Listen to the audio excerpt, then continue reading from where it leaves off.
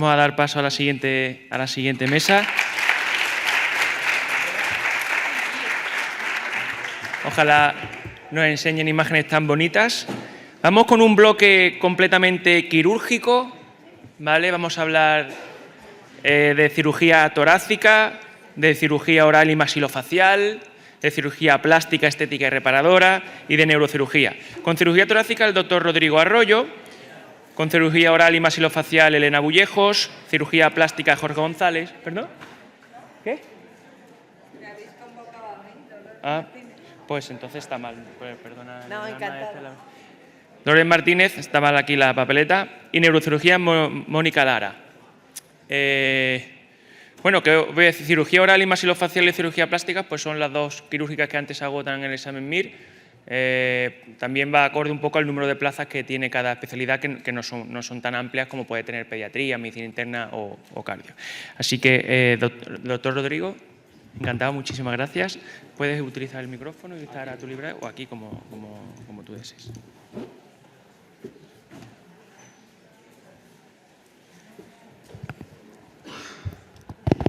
Bueno, pues bienvenidos, futuros médicos. Cuando me mandaron la charla dije, son médicos ya, lo de futuros, pero bueno.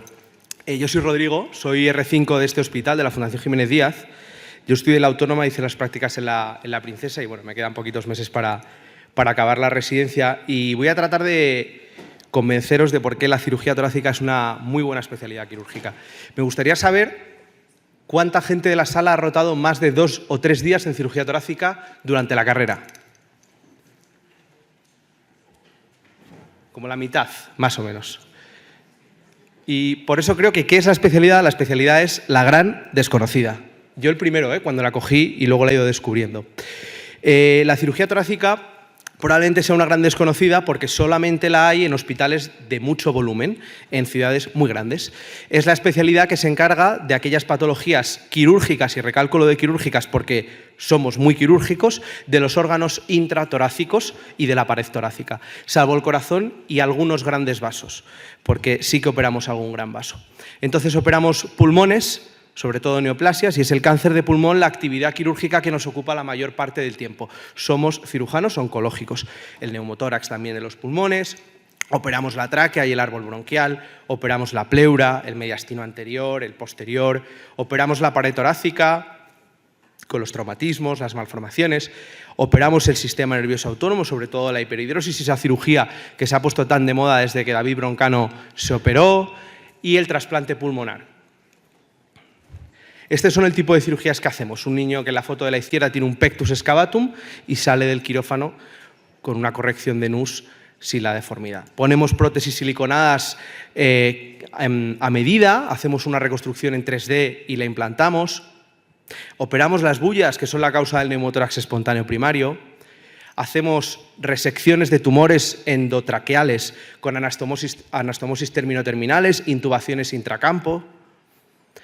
Hacemos resección de tumores de la pared torácica, como en este caso un osteosarcoma external, que hacemos una implantación de un esternón de cadáver y ponemos ligamentos en las articulaciones esternoclaviculares y material de osteosíntesis para poder recuperar la anatomía normal de la pared torácica.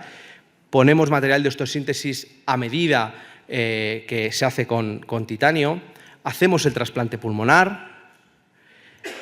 Otra foto del osteosarcoma external.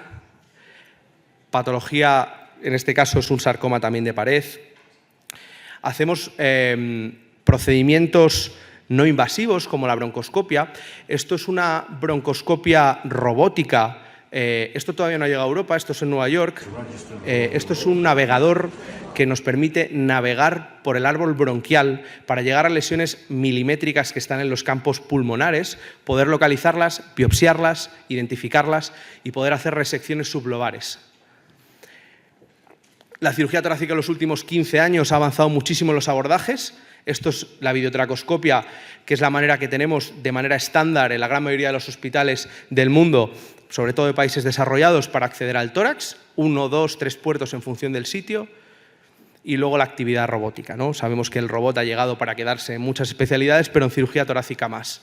En este hospital, como ya han contado, pues contamos con 2 y en el grupo hospitalario con 4 robots, que eso es único y llevamos 10 años haciendo cirugía torácica robótica en este grupo, que es también único. Esto es el vídeo de la derecha, es la entrada a la cavidad torácica con los trócares. En el vídeo de arriba lo que vemos es con el robot pasando la vena pulmonar superior izquierda con una endograpadora en una lobectomía superior izquierda, y la foto de abajo es verde de indocianina cuando hemos hecho el grapado de la arteria de ese segmento. Cuando ponemos luego el colorante, pues esa zona se queda sin color verde y sabemos que ese es el segmento que tenemos que cortar para hacer la segmentectomía. Definimos el plano intersegmentario de esa forma. Hacemos cirugía compleja, larga, que requiere un conocimiento muy avanzado de la anatomía, reconstrucciones tridimensionales de toda la anatomía broncovascular del pulmón con una grandísima variabilidad. Cada uno tiene unas arterias y unas venas y unos bronquios que varían mucho entre unas personas y otras. Entonces, para hacer la cirugía de calidad, cada vez estamos haciendo cirugías donde quitamos menos pulmón. Somos capaces de, para quitar un nódulo de menos de 2 centímetros, hacemos segmentectomías, y para ello necesitamos saber qué arterias, qué venas y qué bronquios van específicamente a ese segmento. Esto lo que hace es que tenemos que dedicar muchísimo tiempo en la planificación quirúrgica. Con respecto a las principales áreas de trabajo de la cirugía torácica, pues lo solemos ejercer en centros hospitalarios de mucho nivel, ciudades muy grandes, hospitales muy avanzados, nivel 3. La actividad ambulatoria pues queda relegada a la consulta externa, a procedimientos de cirugía menor, a lo mejor un elastofibroma, la hiperhidrosis, y procedimientos menores como la broncoscopia, que los pacientes vienen de manera ambulante. Pero lo principal es en el hospital y son cirugías grandes. La mayoría de los hospitales pues tienen institutos de investigación asociados y universidad, como es este caso.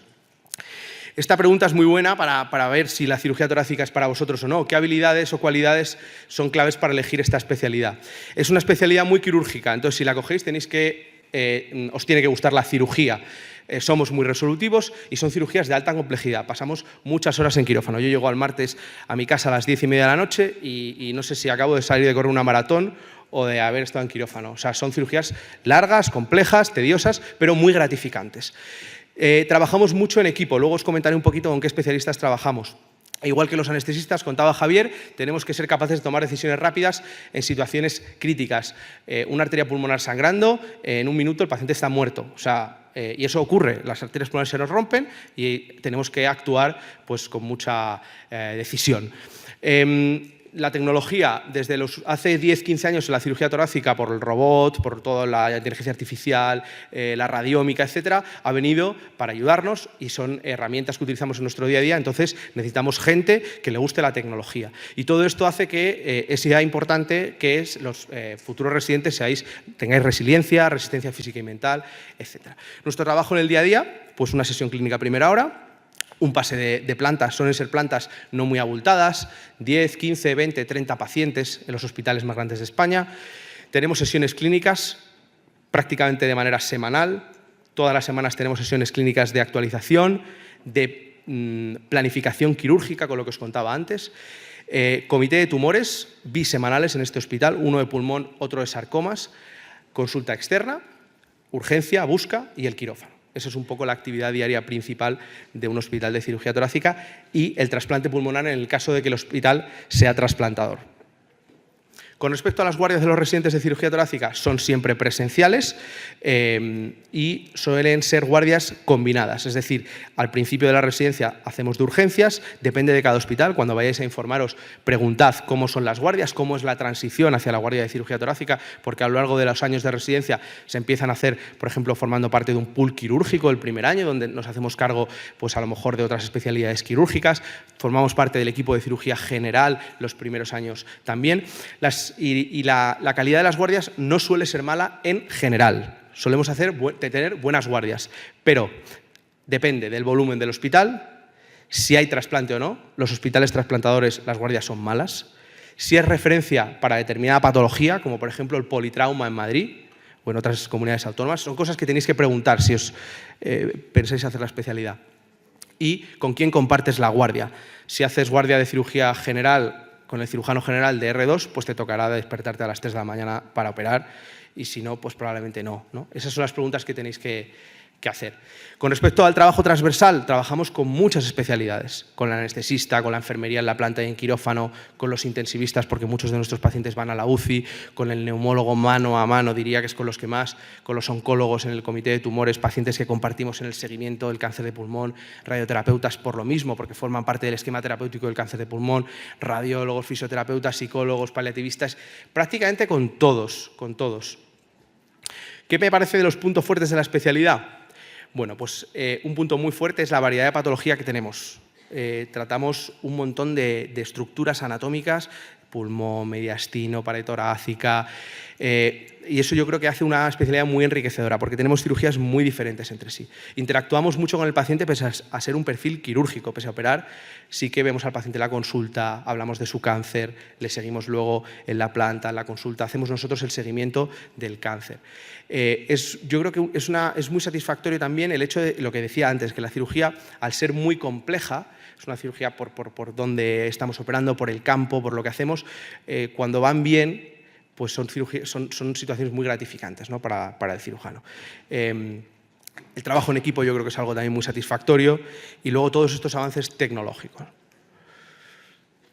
Con respecto a las salidas profesionales al acabar la residencia, os comentaba antes, la principal salida es trabajar en un hospital de gran nivel y eso es algo que tenéis que tener en cuenta. Si queréis acabar trabajando en Zamora, no cojáis cirugía torácica. No tengo nada en contra de Zamora, que me encanta, es una ciudad maravillosa, pero tenéis que ser conscientes de ello. La cirugía torácica, pues, por ejemplo, en Extremadura hay un equipo en Cáceres con 3 cirujanos torácicos y un equipo en Badajoz con 7. O sea, solamente lo hay en hospitales muy grandes y de gran nivel. Y es algo que si, bueno, pues a lo mejor ahora no lo pensáis a corto plazo, pero yo os recomiendo que este tipo de cosas os las planteéis, porque la especialidad probablemente sea para toda la vida, ¿no? Con respecto a la actividad quirúrgica privada, que antes la compañera de vascular decía que ellos tienen mucha actividad privada, pues nosotros tenemos menos volumen privado y probablemente sea porque requiere hospitales muy grandes y eso hace que tengamos menos actividad privada. Los ingresos del cirujano torácico, pues su salario base, las guardias y algo de actividad extra por la tarde. Otras de las salidas, pues es hacer fellows al acabar en la especialidad. La investigación también puede ser una salida, pero principalmente es trabajo hospitalario en un hospital grande y de tercer nivel.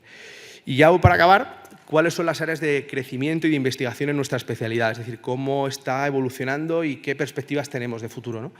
En 20-30 años la cirugía torácica ha cambiado de manera radical. Hasta el año 95 la cirugía estándar del cáncer de pulmón era la neumonectomía, quitar el pulmón entero del paciente. Y ahora reconstruimos el pulmón para ver qué arteria del subsegmento hay que quitar para ir al nódulo específico. Entonces ha avanzado muchísimo gracias a la tecnología. Y no solo eso, también cómo abordamos el tórax. Las técnicas mínimamente invasivas, la videotoracoscopia, la robótica, somos capaces de hacer cirugías por incisiones más pequeñas, les duele menos a los pacientes, tienen menos complicaciones y se van antes a casa. Luego formamos parte del esquema del cáncer de pulmón. Ya sabéis que el cáncer de pulmón es la primera causa de muerte por cáncer en España. Es un cáncer que mata a muchísima gente. Entonces, como formamos parte de este esquema, pues yo creo que la especialidad pues tiene muy buena proyección. ¿Y por qué? Porque el cáncer de pulmón ya es una realidad el cribado del mismo, igual que se hace en otros cánceres. Desde las sociedades científicas estamos peleándonos para hacer cribado del cáncer de pulmón a nivel nacional. Ya hay algunos hospitales, lo hace el cribado de cáncer de pulmón, y vamos a ser capaces de identificar los estadios iniciales del cáncer de pulmón, que era el problema, que es que no éramos capaces de identificar los estadios iniciales, que son los que se operan y los que se curan. Y eso solamente suele ser el 20% de todo el cáncer de pulmón diagnosticado. Con lo cual, yo creo que con el cribado van a aumentar mucho los casos y cada vez vamos a operar más pacientes.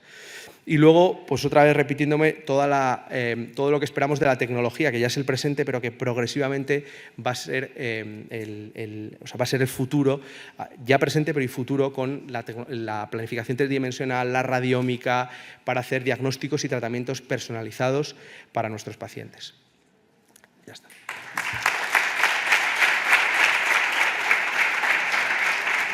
Sobra decir que estamos aquí en la tercera planta para que cualquiera que se plantee hacer la especialidad, no solo en este hospital, somos todos muy majetes, o sea que si tenéis cualquier pregunta, cualquier duda de las salidas laborales, etcétera, pues podéis preguntar lo que necesitéis. Gracias y enhorabuena,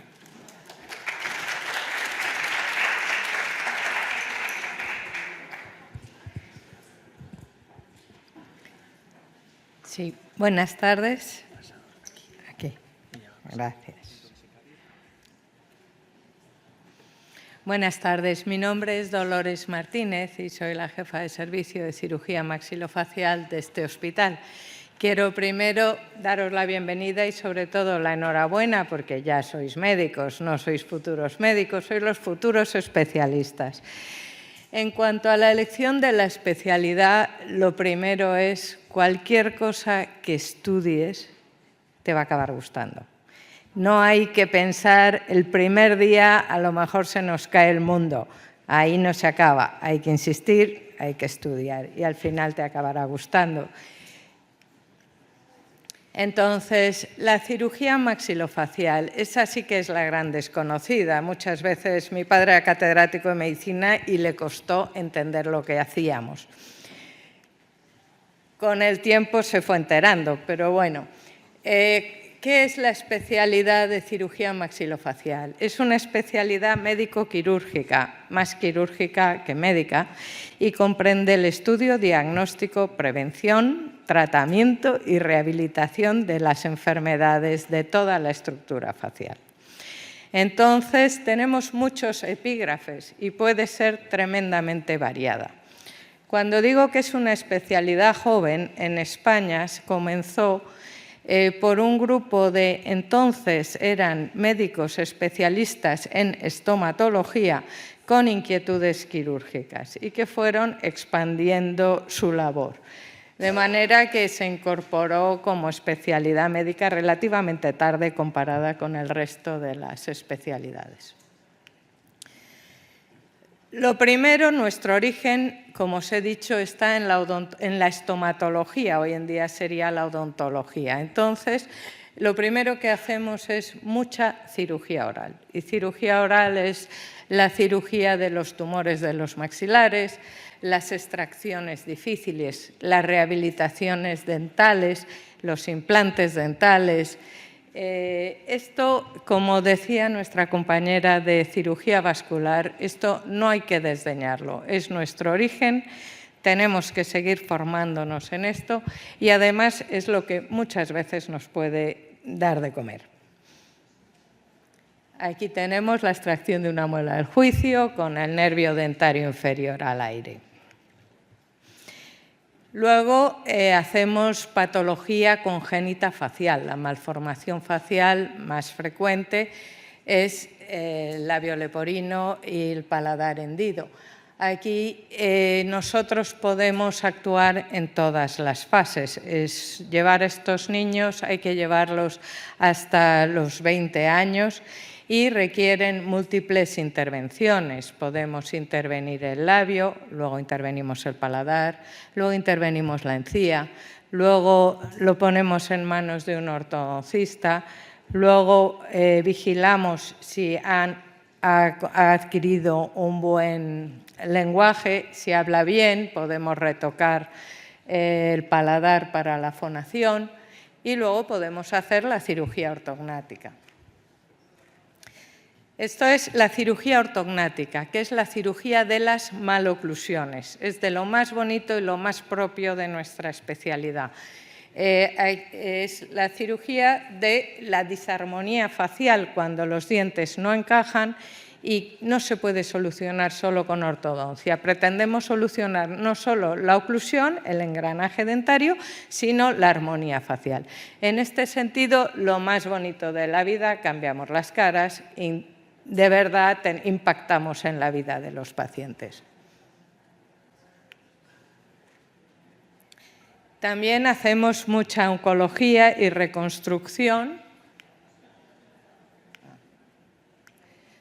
Aquí, por ejemplo, vemos un chico joven que le hemos tenido que someter a una mandibulectomía y hemos hecho la reconstrucción con un colgajo microvascularizado de peroné. Esto, por ejemplo, son cirugías muy largas que hacemos con una planificación previa, con las prótesis a medida y ahí trabajamos en 2 equipos cuando hacemos reconstrucciones microquirúrgicas y son cirugías que pueden durar 6, 7, 8, 9, 10, 11, 12 horas.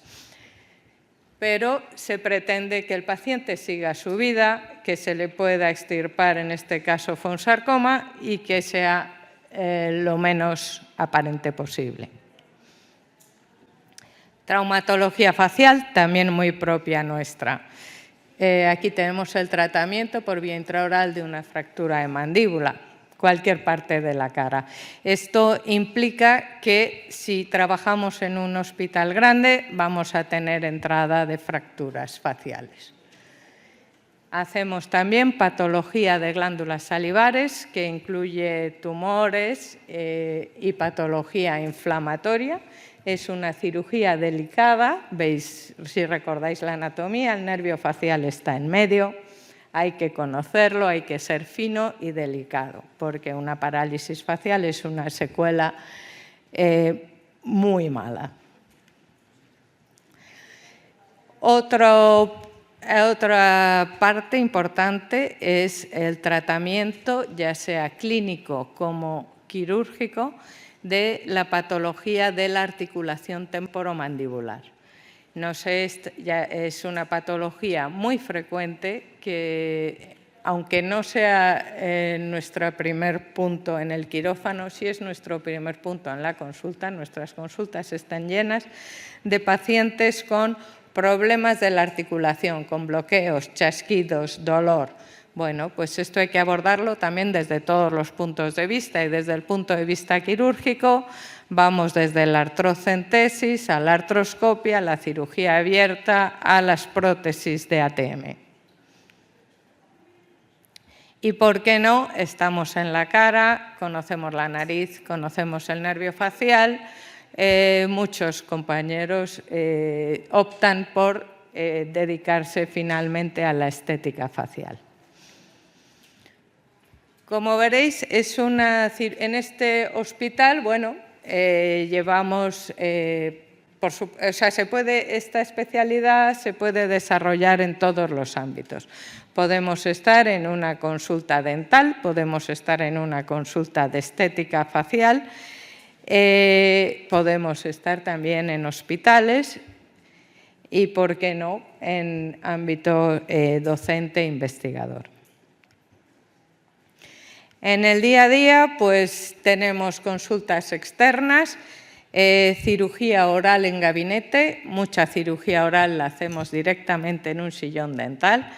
Luego tenemos quirófano de cirugía ambulatoria, quirófano con pacientes ingresados, dependiendo de la envergadura de la intervención, urgencias, el pase de planta y sesiones multidisciplinarias, sobre todo oncológicas, muy importante con el ortodoncista para planificación de cirugía ortognática, y también multidisciplinares, como por ejemplo en el tratamiento del síndrome de apnea obstructiva de sueño, en la que yo creo que somos los que lo resolvemos. No siempre tenemos que actuar, pero cuando actuamos podemos resolver el SAOS. Guardias o turnos, depende del hospital. Hay hospitales en los que hay guardias de presencia, de adjunto y residente. En otros solamente hay guardias de presencia de residente, con el adjunto en alerta. Y normalmente, si uno se dedica a la privada, pues bueno, lleva ahí su guardia puesta. Trabajo transversal y nuestra colaboración. La cara es una encrucijada en la que confluimos muchos especialistas. Entonces, trabajamos mucho con otorrinos, oftalmólogos, neurocirujanos, odontólogos, oncólogos, radioterapeutas, patólogos, radiólogos e, imperdonable que no esté escrito, y es mi culpa, anestesia, pero es que somos parte del mismo equipo. Los puntos fuertes. Es una cirugía muy variada. Se pueden hacer cosas, se puede hacer cirugía ósea, se puede hacer una microcirugía, se puede hacer cirugía de articulación, se puede hacer cirugía oral. Y uno puede elegir exactamente qué tipo de vida quiere. Las guardias de residente no son demasiado movidas y solemos ser pioneros en la incorporación de nuevas tecnologías, como pueden ser las planificaciones virtuales que habéis visto, los diseños 3D, la cirugía virtual. Hoy en día somos pocos, pero está creciendo nuestra presencia. Antes, cuando yo hice el MIR, había 17 plazas, este año se ofertan 40 en España. Vamos subiendo poco a poco. Pero no todo es belleza, que es una cirugía, yo creo, maravillosa y que hay para todos los gustos. Tenemos un gran inconveniente. Por un lado, que es muy heterogénea la formación en los distintos países. En rojo, en Europa, tenemos marcados aquellos países, como en España, que se basan en el título de medicina y una especialidad vía MIR o vía residencia. Mientras que los países en rojo son aquellos en los que los cirujanos maxilofaciales tienen la doble titulación de odontología y de medicina. Con lo cual nos cuesta salir a todos los países que están marcados en azul. Por otro lado, también de la juventud y de las encrucijadas, pues bueno, hay fronteras entre especialidades mal definidas. Puede venir un plástico y decir que hay algo que es su competencia o nosotros podemos defender una u otra cosa. Pero, como siempre, la patología es del que la estudia y la domina siempre y cuando esté en su terreno. Salidas profesionales, ya lo he dicho, tenemos todas las formas de ganarnos la vida. ¿Y qué va a pasar con el futuro? Bueno, yo lo veo como que vamos introduciendo nuevos materiales. La cirugía robótica para hueso yo creo que se está iniciando en la trauma. Hay que disminuir mucho los robots y yo creo que la cirugía ortognática está a la vuelta de la esquina, que se haga también con robots cuando disminuyan el tamaño. Ingeniería de tejidos y luego yo pienso que la inteligencia artificial va a ser clave como en todo, pero en nuestro caso sobre todo en la planificación de los casos. Y muchísimas gracias, me tenéis a vuestra disposición.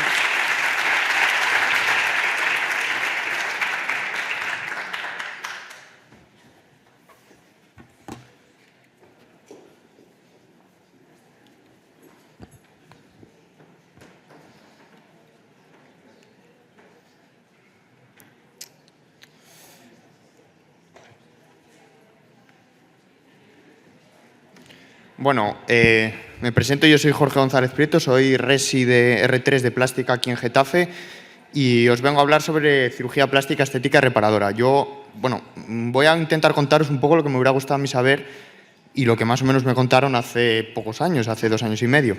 Entonces, vamos para adelante. Mira, lo primero, bueno, esto es la presentación. Esto que vemos es el incendio de Valencia. Plástica también es esto, ¿vale? Son quemados, muchos quemados, y es una patología estrictamente de plástica. No solo cuando pensemos en plásticas estéticas, sino que hay que acordarse de que esto es una parte muy importante de plástica, de la cirugía reparadora. Y bueno, a ver, la chapa. ¿Qué es una cirugía plástica? Especialidad eminentemente quirúrgica. Vivimos en el quirófano y tenemos que estar... el residente que coja plástica tiene que estar hecho a la idea de que vive por y para operar. ¿Vale? Es donde pasamos más tiempo y por lo menos yo es donde más contento estoy. ¿Qué corrección? Corregimos pues, la parte reparadora, corregimos cualquier defecto congénito, patología congénita, patología adquirida, patología tumoral. Lo más común, cáncer de mama, cáncer cutáneo, a nivel de tumoral. Y luego también todo lo que tiene que ver con la contorno corporal o función corporal. Asimetría mamaria, asimetría según secuelas, por ejemplo, de cicatrices, de traumatismos de coches, de motos, cualquier tipo de estos. Luego también nuestra cirugía que se basa en trasplantes, movilización de tejidos, lo conocido como colgajos, que es lo que más utilizamos nosotros junto con los injertos. Injertos diríamos que no está vascularizado, colgajos son tejidos vascularizados. Y luego implantes, muy conocido, pues implante prótesis mamarias, pero no solo implantes de prótesis mamarias, sino también en reconstructiva cualquier tipo de implante, de fracturas óseas, de defectos óseos o todo lo similar. Restaurar función y mejorar aspecto físico, parte más estética, y luego, bueno, lo que os comento abajo un poquito, parte estética, que es pues cualquier paciente que tiene una anomalía, ya sea facial o corporal, que no está de acuerdo con la misma, pues quiere modificarla para ajustarse a lo que comúnmente conocemos como norma estética. Pero bueno, vamos a lo importante. Cirugía plástica, la parte reparadora. ¿Qué tenemos? Cáncer de mama, cirugía de la mano, que dependiendo en qué parte de España la lleva plástica o la lleva trauma, cirugía del paciente quemado con injertos cutáneos, microcirugía, por ejemplo, ahí tenemos un colgajo DIEP en reconstrucción mamaria, cirugía de nervio periférico y plexo braquial, nosotros somos unidad de referencia nacional, y también de, que no se ve ahí, bueno, sí se ve aquí, sí, que son tumores cutáneos, que dependiendo también en qué parte, pues lo lleva derma, plástica o en conjunto. Parte estética, pues lo que ya todos conocemos, aumento mamario, blefaroplastia, rinoplastia, contorno corporal, cualquier tipo de cirugía estética. El servicio de cirugía plástica. Yo os voy a contar un poco cómo está estructurado mi servicio y en función de eso, pues si tenéis alguna duda o algo de cómo son otros servicios, yo os voy diciendo. El servicio de plástica de Getafe pues lleva desde el año 91, somos unidad, antes era el antiguo Hospital de la Cruz Roja y el Hospital de Quemados. Se ha unido, se ha hecho en el 91 el Hospital de Getafe. Somos CESUR actualmente de Quemados desde el año 2008 y de plexo braquial desde este año. ¿Vale? Esto es la que nuestra unidad de quemados, que es unidad de referencia nacional, igual que la de plexo braquial y nervio periférico. A nivel del servicio de cirugía plástica, los servicios de cirugía plástica pues son servicios no muy grandes. El nuestro son 10-11 adjuntos y residentes somos 1 o 2 por año, ahora mismo somos 8. Tenemos estudiantes de la europea y tenemos la Fundación para la Investigación Biomédica del hospital para todo el tema de investigación y en animales o tesis doctorales. ¿Cómo es el día a día no son las consultas? Pues, por ejemplo, en Getafe tenemos entre 3 y 4 consultas, ya sea en Getafe y en Fuenlabrada. Media de quirófanos, pues entre 8 y 12, más tirando a 10, 12 que a 8. Y luego todo lo que tiene que ver con las urgencias. Sobre todo nuestras urgencias son tema facial, que llevamos, como no hay maxilofacial, llevamos nosotros todo el tema facial, y cirugía de la mano, es lo que más nos lleva de urgencias. Unidades de referencia, pues nosotros tenemos eso, lo que he dicho, quemados, plexo braquial y también somos de secuelas de obesidad. Y actividad, pues lo que decía un poco la compañera, plástica está ahí un poco a caballo entre muchas especialidades, reconstrucción mamaria, reconstrucción de miembro superior y patología de la mano, dependiendo en qué parte de España lleva la mano plástica o no, miembro inferior junto con trauma normalmente, tumores cutáneos junto con dermatología, quemaduras sí que es más propio y solo llevamos plástica, reconstrucción de cabeza y cuello pues junto con maxilo y con otorrino, patología plexo braquial, nervio periférico, sí que también pues a veces trauma está con nosotros, y luego linfedema, que sí que es algo también más específico de plástica. Trabajo del día a día. ¿Cómo es el día a día de un residente en el servicio de plástica de Getafe? Llegamos a las 8, normalmente un poquito antes, se da el pase de planta y pasamos a visitar a los pacientes hospitalizados. Plantas pequeñas, nosotros solemos tener entre 5, 8 pacientes, 10 o así. En quemados tenemos otros 6, dependiendo también. Quirófano, normalmente de 8:30 a 3, también en algunos casos vamos a consultas o nos dedicamos a ver las interconsultas que nos han puesto otros servicios, y luego el que está de guardia se queda hasta las 8 del día siguiente. Los resis, luego sí que los miércoles vamos antes para hacer sesiones clínicas y repasar toda la patología, y los viernes pues hacemos una sesión clínica de servicio que, dependiendo de a veces la da el resi, a veces la da el adjunto. Guardias. Guardias que hacemos de urgencias. El R1 en Getafe hace 1 o 2 guardias durante el primer año de urgencias en un pool de trauma, un pool de quirúrgicas, digamos, y luego ya pasa de R2 en adelante a hacer 5 o 6 guardias al mes de plástica. De R1 y de R2 estamos con adjunto de presencia y ya de R3 a R4 R5 adjunto localizado. Son guardias buenas, yo diría que muy buenas. Segunda llamada en la mayoría de los casos, ¿vale? Menos para los quemados. Y luego sí que las libramos siempre. Rotaciones externas. Esto yo creo que es muy importante y es una gran ventaja de Getafe, o por lo menos yo así lo veo. De R1 rotamos en el servicio de plástica, en la unidad de mano de trauma, en cuidados intensivos, en la unidad de grandes quemados, para el tema pues, todo lo relacionado con el manejo más de médico del paciente quemado, en cirugía general en la unidad de mama. De R2, esto ha cambiado un poco, estamos 2 meses de rotación externa, que normalmente yo, por ejemplo, roté en maxilo y en derma, que podemos elegirlo, y luego tenemos 10 meses, pero ahora son 9 y 1 porque rotamos un mes en el animalario, haciendo microcirugía en ratas. De R3 rotamos 10 meses en el servicio de plástica y 2 meses de rotación externa. Yo, por ejemplo, hice un mes de cirugía de la mano en Bilbao y un mes de plástica infantil en el Niño Jesús. De R4 normalmente son también 10 meses en plástica y 2 meses de rotación externa.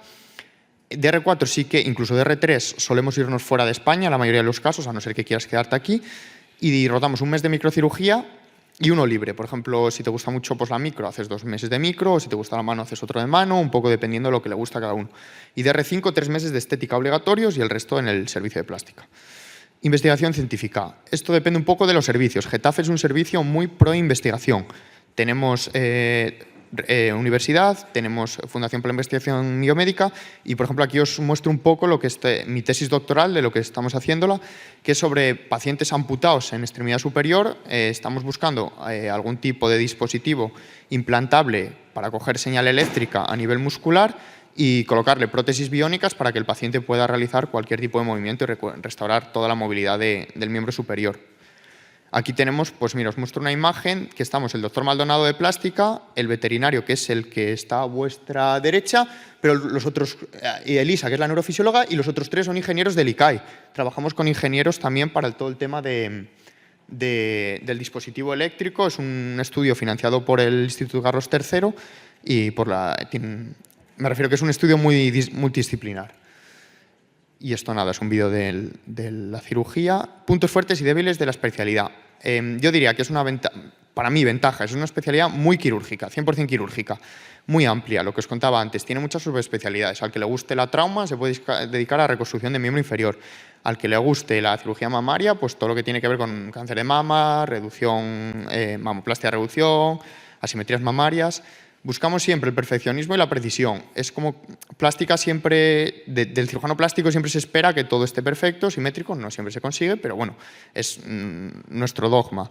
Creatividad, porque en muchos casos somos el cajón desastre de algunos pacientes que no saben qué hacer, muy bien qué hacer, nos lo mandan y nosotros tenemos que buscar un poquito, pues, con diferentes tipos de técnicas, cómo mejorar la calidad de vida del paciente o mejorar el defecto que tiene. Guardias, lo que yo os contaba, son buenas y con posibilidad de hacerlas, de cuando somos adjuntos, de hacerlas de localizada, no estar 24 horas en el hospital. Cirugías no vitales, la mayoría de nuestros pacientes, quitando pues, reimplantes, que tampoco son vitales, pero bueno, hay que ir un poco más rápido. Y, por ejemplo, yo diría fascitis necrotizantes, poco más de lo nuestro es vital. Salidas laborales, ahora mismo en la pública, muchísimo trabajo, en la privada aún más. Y calidad de vida, pues esto depende un poco de lo que cada uno se quiera complicar. Yo tengo adjuntos que solo trabajan en la pública por la mañana y adjuntos que no viven, que trabajan en España, fuera de España, investigan, son profesores y trabajan en la privada también. Inconveniente, sacrificio. Los horarios nuestros pues tienen inicio pero no tienen fin. Nuestras microcirugías, un poco como maxilo, pues pueden ser de 5 horas o puede que se compliquen y ser de 12 horas. Intrusismo, pues al final en todo lo que tiene que ver con la parte estética, pues al final, bueno, yo creo que es muy atractivo y que todo el mundo pues, quiere sacar rédito de ello. Curva de aprendizaje, en el caso de la microcirugía es una curva de aprendizaje muy prolongada, que lleva mucho tiempo para realizar bien la microcirugía y luego la calidad de vida pues también en el otro lado. Volvemos a lo mismo, dependiendo de lo que te quieras complicar, puedes vivir muy bien o vivir todo el día en el hospital, todo el día trabajando. Respecto a Getafe, bueno, muy buen ambiente entre residentes, formación muy transversal, patología muy variada, nosotros vemos casi todo, alto volumen quirúrgico, posibilidad de realizar investigación, por ejemplo, yo estoy haciendo la tesis doctoral, guardias buenas que te permiten pues también estudiar en la guardia y al día siguiente pues no estar toda la mañana durmiendo porque no has dormido en toda la noche, rotaciones, posibilidad de hacerlas en el extranjero, que está muy bien para todo el tema de fellowship y encaminar tu futuro. Servicio en expansión, yo cuando llegué eran 7 adjuntos, ahora son 11. Cuando llegué yo había un quirófano al día, ahora ya hablamos de 10 quirófanos, incluso 12 a la semana. Y al final se está expandiendo más, también pasamos en Fuenlabrada, pronto en Parla también, al final es un servicio que está creciendo mucho. Residentes muy supervisados, nuestra docencia es muy buena y los adjuntos están siempre con nosotros, nos enseñan mucho. Animalario para todo el tema de microcirugía, de desarrollo de experimental. Y bueno, luego el tema de explantes. Explantes quiere decir que nosotros en pacientes donantes de órganos cogemos piel para pacientes quemados y que eso pues económicamente es un plus que viene bien. Inconveniente, yo que veo de Getafe que puede ser 2 residentes por año. Yo con mi QR estoy muy bien, somos uña y carne, pero es verdad que 2 residentes por año, que Getafe está creciendo y bueno, puede asumirlo más o menos, pero la mayoría de los hospitales ya de España están haciendo 2 residentes por año y yo creo que hay muchos que no, el residente de la formación pues se va a ver mermada. ¿Qué hospital elijo? Pues ya depende de cada uno. Yo lo más importante que creo que tenéis que plantearos es, ¿priorizo especialidad o priorizo ciudad? Yo prioricé especialidad. Y luego, si queréis plástica, decís, venga, yo priorizo plástica. Pues el ambiente del servicio me parece muy importante. ¿Cuánto opera el residente? las guardias si se libran y luego la docencia. ¿Qué temas son un poquito menos importantes, pero que también yo creo que son considerables? Si te dejan ir o no a cursos, congresos, rotaciones externas, cuánta microcirugía se hace, cirugía de mano, también para el tema de cuando seas adjunto, quemados, cabeza y cuello y cualquier otra especialidad. Pues si te gusta la reafirmación de género, pues un hospital que haga eso, ¿vale? Esto es un poco una plantilla que yo me hice en su momento para elegir hospitales, que bueno, que esto es muy personal.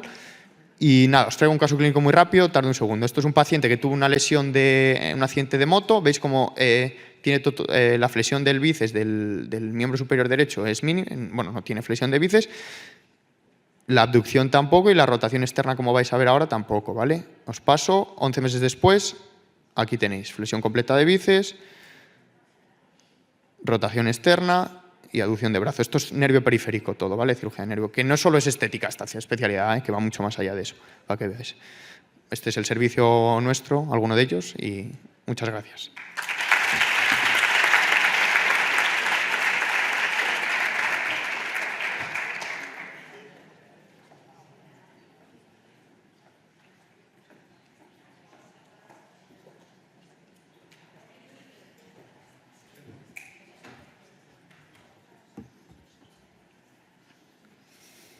Bueno, buenas tardes. Mi nombre es Mónica Lara y soy médico adjunto del Servicio de Neurocirugía de la Fundación Jiménez Díaz y sus hospitales asociados a nivel público y trabajo en la Ruber Internacional a nivel privado.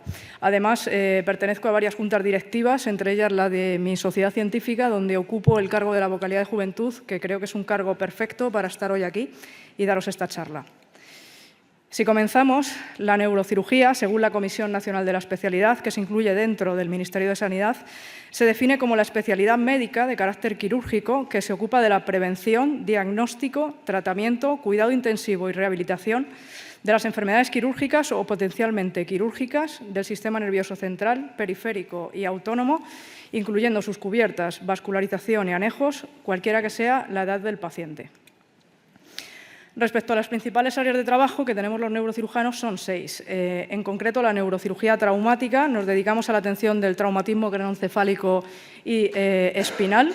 La neurocirugía oncológica, que está orientada a la extirpación de tumores cerebrales y los tumores raquídeos. La neurocirugía vascular, que se encarga del tratamiento de las malformaciones arteriovenosas, los aneurismas, etcétera.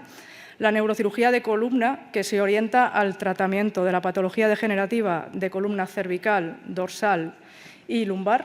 La neurocirugía pediátrica, que se encarga de la corrección de las malformaciones congénitas o de los primeros años de la vida de nuestros pacientes, y la neurocirugía funcional, en la que estoy súper especializada.